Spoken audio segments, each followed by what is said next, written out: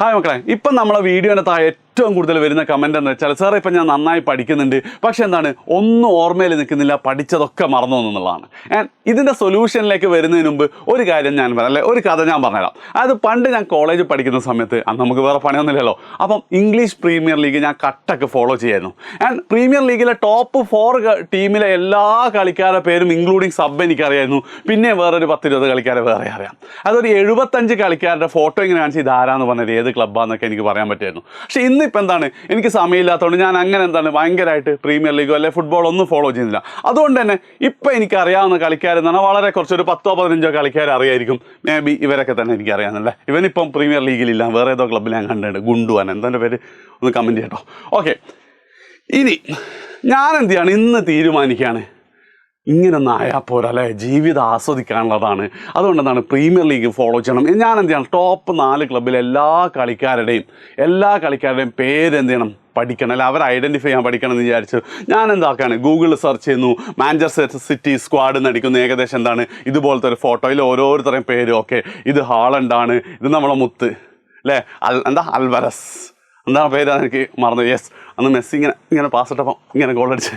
Yes, okay, അങ്ങനെയുള്ള എല്ലാവരുടെ പേരും ഞാൻ ഇന്ന് പഠിച്ചു. അതേപോലെ എന്താണ് പിന്നെ ലിവർപൂൾ എടുത്തു, പിന്നെ എന്താണ് ഗണ്ണേഴ്സ്, ആർസെനലൊക്കെ എടുത്തു കഴിഞ്ഞാൽ എല്ലാവരും ഇരുന്നൊരു 2-3 മണിക്കൂർ ഇരുന്ന് പഠിച്ചു.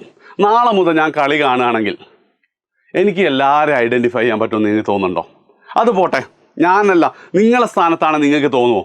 അതായത് 4 ക്ലബ്ബിലെയും 10-50 കളിക്കാരുടെ പേരുകൾ നമ്മൾ പഠിച്ചിട്ട് അവരെ നാളെ മുതൽ നമുക്ക് ഐഡൻറ്റിഫൈ ചെയ്യാൻ പറ്റുമോ? ഇനിയിപ്പോൾ അത് 4 ക്ലബ്ബല്ല, ഇംഗ്ലീഷ് പ്രീമിയർ ലീഗിലുള്ള 20 ക്ലബ്ബുകളുടെയും കളിക്കാരുടെ പേരാണ് നമ്മൾ ഇന്ന് ഐഡൻറ്റിഫൈ ചെയ്യാൻ തീരുമാനിച്ചതെങ്കിൽ പറ്റുമോ? നിങ്ങൾ മനസ്സിലാക്കണം, നിങ്ങൾക്ക് ഇഷ്ടപ്പെട്ട പരിപാടിയാണ് അല്ലേ.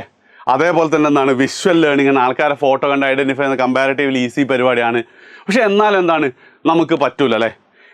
ഇത് എപ്പോഴാണ് പറ്റുക സാർ? ഇന്ന് മുതൽ സാർ തുടങ്ങിയിട്ട് ഒരു 6 മാസത്തിന് ശേഷം അല്ലെങ്കിൽ ഒരു 2 മാസത്തിന് ശേഷം എന്താണ് സാർക്ക് എല്ലാവരും ഐഡൻറ്റിഫൈ ചെയ്യാൻ പറ്റും. ഓരോ കളികളും കാണാൻ മനസ്സിലാവാത്ത ആൾക്കാരെ വീണ്ടും ഒന്ന് ഫോട്ടോ നോക്കുക, എന്താ സംഭവം നോക്കിയാൽ ഒരു 3-4 മാസം കൊണ്ട് നിങ്ങൾക്ക് എല്ലാ കളിക്കാരുടെ പേരും കണ്ടാൽ തന്നെ നമുക്ക് മനസ്സിലാവില്ലേ. ശരിയല്ലേ? ഇത് തന്നെയാണ് നിങ്ങളിപ്പോൾ ISL ആണെങ്കിലും IPL ആണെങ്കിലും ഒക്കെ സംഭവിക്കാം. നമുക്ക് ഇൻട്രസ്റ്റിംഗ് ആയിട്ടുള്ള കാര്യങ്ങളാണെങ്കിൽ കൂടി നമ്മുടെ മെമ്മറിയിൽ എത്താൻ എന്താണ് കുറച്ചധികം സമയം വേണം. ഇനി നിങ്ങളിത് നേരെ നമ്മളുടെ പഠനവുമായിട്ടൊന്ന് കണക്ട് ചെയ്ത് നോക്കെ. അതായത് ഓർഗാനിക് കെമിസ്ട്രിയിലെ കുറേ നെയിംഡ് റിയാക്ഷൻ, ഫിസിക്സിലെ കുറേ ഇക്വേഷൻ, ബയോളജിയിലെ കുറേ പ്രോപ്പർട്ടീസ്, കുറേ പ്രോസസ്സുകൾ, ഇതൊക്കെ എന്താണ് നമ്മൾ പരീക്ഷയുടെ തടയെന്ന് മോഡൽ എക്സാമിൻ്റെ 2 ദിവസം മുമ്പ് ഒരു മാരത്തോൺ റിവിഷൻ കണ്ട് ഫുള്ള് പഠിച്ചതിന് ശേഷം അത് പിറ്റേ ദിവസത്തെ എക്സാം ഹാളിൽ നിന്ന് നമുക്ക് ഓർമ്മ വരണമെന്ന് പറയുന്നതിൽ ലോജിക്കലി എന്താണ് അതിലൊരർത്ഥം ഉണ്ടോ?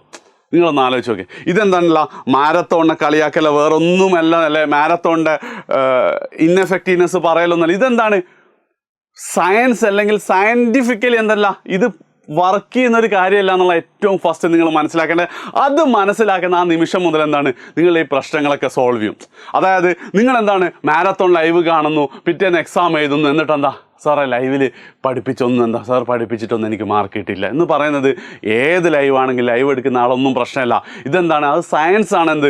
ഇത്രയും സബ്ജക്റ്റുകൾ അല്ലെങ്കിൽ ഇത്രയും വലിയ ടോപ്പിക്കുകൾ 14 ചാപ്റ്റേഴ്സൊക്കെ കോംപ്ലിക്കേറ്റഡ് ആയിട്ടുള്ള ബോറിംഗ് ആയിട്ടുള്ള ചിലത് ബൈഹാർട്ട് പഠിക്കേണ്ട ചിലത് മനസ്സിലാക്കേണ്ട സാധനങ്ങളൊക്കെ നമ്മൾ ഒരു ദിവസം അല്ലെ 2 ദിവസം മുന്നേ പഠിച്ചിട്ട് പിറ്റേ ദിവസം പരീക്ഷയ്ക്ക് നല്ല മാർക്ക് വേണമല്ലോ ഓർമ്മയിൽ നിൽക്കണം എന്ന് പറയുന്നതിൽ കാര്യമുണ്ടോ? ഇല്ലല്ലോ. അതായത് ഇപ്പം എന്താ ശരിക്കും സംഭവിക്കുന്നത്, നമുക്ക് സംഭവിക്കുന്നത് വെച്ചാൽ നമ്മൾ എന്ത് ചെയ്യും, പരീക്ഷ എടുക്കുന്നു. യെസ്, പരീക്ഷ ഇതിപ്പോൾ മോഡൽ എക്സാമിനെ കുറിച്ചാണ്. നമ്മളെ ഫൈനൽ എക്സാമിന് സമയം മോഡൽ എക്സാം ഫെബ്രുവരി 15 തുടങ്ങുന്നു പറയും. നമ്മളൊരു ഫെബ്രുവരി 10 ഒരു 1-2 ചാപ്റ്റർ എന്തെങ്കിലും ഒരു മോട്ടിവേഷനൊക്കെ ഇട്ട് പഠിച്ചു വെക്കുന്നു. പിന്നെ ഇങ്ങനെ വേറെ ഓരോ ഇതിലൊക്കെ തിരക്കിലൊക്കെ മാരത്തോൺ ഉണ്ടാകുന്ന ഫുള്ളും പഠിച്ചിട്ട് പിറ്റേന്ന് എന്താണ് ഞാൻ ഇന്ന് സിറ്റിയുടെ മുഴുവൻ കളിക്കാരുടെ പേരും പഠിക്കുന്നത് പോലെ EPL മുഴുവൻ കളിക്കാരുടെ പേരും പഠിക്കുന്ന പോലെ പിറ്റേന്ന് നമ്മൾ എക്സാമിൽ അതൊന്നും കൂടെ എല്ലാം പെർഫെക്റ്റ്ലി എഴുതണം എന്ന് പറഞ്ഞു കഴിഞ്ഞാൽ പ്രാക്ടിക്കലി അത് പോസിബിൾ ആണോ? ആലോചിച്ച് നോക്കാം. അതാണ് ശരിക്കും ഈ മോഡൽ എക്സാമിന് നിങ്ങൾക്ക് സംഭവിച്ചുകൊണ്ടിരിക്കുന്നത്. അതേ സ്ഥാനത്ത് മോഡൽ എക്സാം എളുപ്പമാണെന്ന് പറയുന്ന കുട്ടികൾ നോക്കി അവരെന്ത് ചെയ്യുന്നുണ്ടാവും? അവർ ഏകദേശം ഇങ്ങനെ ഉണ്ടാവുക. അവരെന്താണ്, അവർ മുമ്പേ ഓരോ ചാപ്റ്ററുകളൊക്കെ പഠിച്ച് ചാപ്റ്റർ 1 ചാപ്റ്റർ ഇങ്ങനെ കുത്തിട്ട് ഓരോ ചാപ്റ്ററുകളാണ് ഇടയ്ക്ക് അത് എന്ത് ചെയ്യുന്നുണ്ട്, റിവൈസ് ചെയ്യുന്നുണ്ട്. നമ്മൾ കഴിഞ്ഞ ആഴ്ച മുതലേ തുടങ്ങിയ ലൈവുകളിലൊക്കെ കയറി അതൊന്നും കൂടെ റിവൈസ് ചെയ്യുന്നുണ്ട്. എന്നിട്ട് അവർ വീണ്ടും മാരത്തോണിൽ വരികയാണ്. അടുത്തൊരു റിവിഷനും കൂടെ നടന്നിട്ടാണ് പിറ്റേന്ന് എക്സാം. അവർ പരീക്ഷ കഴിഞ്ഞിട്ട് പോളിലിടുമ്പോൾ എന്താണ് സാറേ വളരെ എളുപ്പം 58 മാർക്ക് കിട്ടും, അല്ലെങ്കിൽ ഫുൾ മാർക്ക് കിട്ടും എന്ന് പറയും. അപ്പം ഇതാണ് പ്രോസസ്. അല്ലെങ്കിൽ എന്തായിരിക്കണം, നിങ്ങൾ എക്സ്ട്രാ ഓർഡിനറി ആളായിരിക്കണം. ആവറേജ് ഒരാളെ സംബന്ധിച്ചിടത്തോളം, ഇപ്പം എന്നെ സംബന്ധിച്ചിടത്തോളം ഈ പ്രോസസ്സ് മാത്രമാണ് വർക്ക് ചെയ്യുക. ഈ പ്രോസസ്സ് മാത്രമാണ് വർക്ക് ചെയ്യുക. ആൻഡ് ഭൂരിഭാഗം കുട്ടികളെ സംബന്ധിച്ച് ഇതാ വർക്ക് ചെയ്യുക. അപ്പോൾ സാർ ഇനി സമയമില്ല, ഇത് ആദ്യമേ പറയണ്ടല്ലേ സാർ, ആദ്യമേ പറയണ്ടെങ്കിൽ നിങ്ങൾ പഠിക്കില്ല എന്ന് നിങ്ങൾക്ക് തന്നെ അറിയില്ല. പക്ഷേ ഇപ്പോൾ ഞാൻ വീണ്ടും പറയാണ്, നിങ്ങൾക്ക് ഈ പ്രോസസ്സിലേക്ക് എത്താൻ പറ്റും. അതായത് നിങ്ങൾക്ക് +2 +1 നല്ല മാർക്ക് വാങ്ങണമെന്നുണ്ടെങ്കിൽ എന്ത് ചെയ്യണം, ഈ പ്രോസസ്സേ നടക്കുള്ളൂ. നമുക്കറിയാം ഓരോ പരീക്ഷയ്ക്ക് മുന്നും ആവശ്യത്തിലധികം ഡേറ്റും കാര്യങ്ങളും ഉണ്ട്. നിങ്ങളെന്താണ് ഇപ്പം നോക്കി 2 ദിവസം ലീവ് കിട്ടിയിട്ട് അടക്കം എന്താ നിങ്ങൾ പഠിച്ചിട്ടില്ല, നിങ്ങൾ വീണ്ടും മാരത്തോണിലെ തലേന്ന് പഠിച്ചിട്ട് എഴുതാനാണ് നിങ്ങൾ തീരുമാനിക്കുന്നത്. അത് പറ്റൂല. അതായത് 21-ാം തീയതി നിങ്ങൾ മോഡൽ എക്സാം കഴിഞ്ഞ അന്ന് മുതൽ നിങ്ങൾ ഓരോ ചാപ്റ്ററുകളായിട്ട് എന്ത് ചെയ്യണം, ചാപ്റ്ററുകൾ ഡീറ്റെയിൽ ആയി പഠിക്കണം. അടുത്ത ദിവസം വേറെ ചാപ്റ്റർ പഠിക്കണം. അങ്ങനെ പഠിക്കുന്നതിൻ്റെ കൂടെ തന്നെ പഠിച്ചത് വീണ്ടും നമ്മൾ എന്ത് ചെയ്യണം, ഒന്ന് റിവൈസ് ചെയ്യണം. 10 മിനിറ്റ് 15 മിനിറ്റ്. ഫിസിക്സിലെ എന്താ പറയുക, മോഷൻ ഇൻ എ സ്ട്രെയിറ്റ് ലൈനാണെങ്കിൽ അതെന്തൊക്കെ ഓർഡറിൽ നമ്മളിങ്ങനെ ഓർത്ത് നോക്കിക്കൊണ്ടേയിരിക്കണം. അതായത് ഒരു ദിവസം നിങ്ങൾ 2-3 മണിക്കൂർ എടുത്തിട്ട് ഒരു ചാപ്റ്റർ പഠിക്കുക. പിറ്റേ ദിവസം രാവിലെ ഒരു 15 മിനിറ്റ്. എന്തൊക്കെയാണ് മോഷൻ ഇൻ എ സ്ട്രെയിറ്റ് ലൈനിൽ വരിക?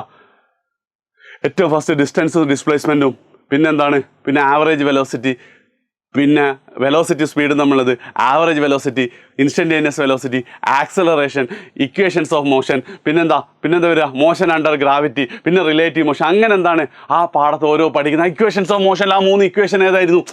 അങ്ങനെ ഓർത്തെടുക്കലും ഈ പ്രോസസ്സിലൂടെ നടന്നുകൊണ്ട് നിങ്ങൾ എന്ത് ചെയ്യാൻ പഠിച്ചിട്ട് ഏറ്റവും അവസാനം എന്താ പറയുക, പരീക്ഷയുടെ 2 ദിവസം മുന്നേ ഞങ്ങളൊക്കെ തുടങ്ങുന്ന മാരത്തോണിലേക്ക് നിങ്ങൾ വന്നു കഴിഞ്ഞാൽ ഇത് വീണ്ടും ഒന്നും കൂടെ റിഫ്രഷ്മെൻ്റ് ആവും. അവിടുന്ന് എന്താണ് നിങ്ങൾക്ക് പരീക്ഷയിലേക്ക് എത്തുമ്പോൾ നല്ല മാർക്ക് കിട്ടും. അതായത് ഒരു 2 ആഴ്ച 3 ആഴ്ച ഇംഗ്ലീഷ് പ്രീമിയർ ലീഗ് കൃത്യമായി ഫോളോ ചെയ്ത് സിറ്റിയുടെ എല്ലാ കളികളും അടുത്തൊരാഴ്ച ഞാൻ അടുത്ത 5 കളികളും കാണുകയാണെങ്കിൽ 6ാമത്തെ കളിയാകുമ്പോഴത്തേക്ക് എല്ലാ കളിക്കാരുടെ പേരും എനിക്ക് പറയാൻ പറ്റില്ല. അതേപോലത്തെ ഒരു പ്രോസസ്സാണ് എന്ത് ചെയ്യേണ്ടത്, നിങ്ങൾ ഡെവലപ്പ് ചെയ്യേണ്ടത്.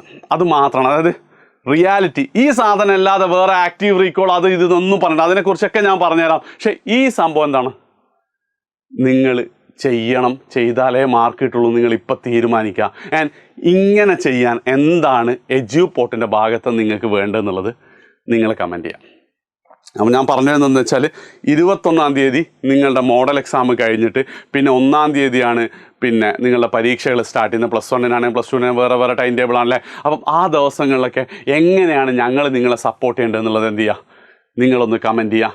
അതേപോലെ തന്നെ ഈ ഒരു കാര്യം നിങ്ങൾ ബാക്കി ഫ്രണ്ട്സിനും കൂടെ നിങ്ങൾ ഷെയർ ചെയ്യുക. ഇതാണ് സയൻസ് ഓഫ് ലേണിംഗ് എനിത്തിങ്. വീണ്ടും പഠിക്കണം, പഠിച്ചത് റിവൈസ് ചെയ്യണം. അങ്ങനെ ചെയ്ത് പരീക്ഷയുടെ തലേന്നത്തെ ബ്ലാസ്റ്റും കൂടെ കഴിഞ്ഞിട്ട് പോകുമ്പോഴാണ് നിങ്ങൾക്ക് എന്ത് ചെയ്യുക, നല്ല മാർക്കിലേക്ക് എത്താം. സോ ഫ്രണ്ട്സിന് ഷെയർ ചെയ്യുക. എന്താ ഞങ്ങളുടെ സൈഡിൽ നിങ്ങൾക്ക് വേണ്ടതെന്നുള്ളത് കമൻറ്റ് ചെയ്യാം. ശരി.